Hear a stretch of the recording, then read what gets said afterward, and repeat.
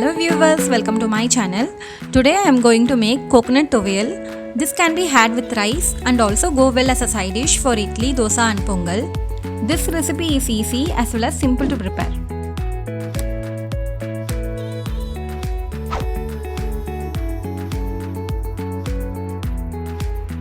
Before making this recipe, we will soak a small size of tamarind in water, and in pan heat 2 teaspoons of oil and roast half cup of urud dal until it turns golden brown.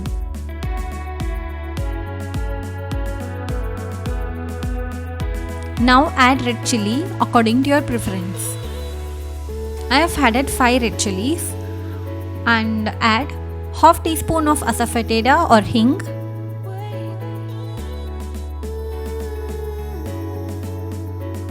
keep it in low flame and add 1 cup of grated coconut. Roast until all the water is absorbed for just 2 to 3 minutes and then switch off. Keep it aside, let it cool down. I am going to process everything together in a mixer jar along with the soaked tamarind. Add little water. I am adding salt as required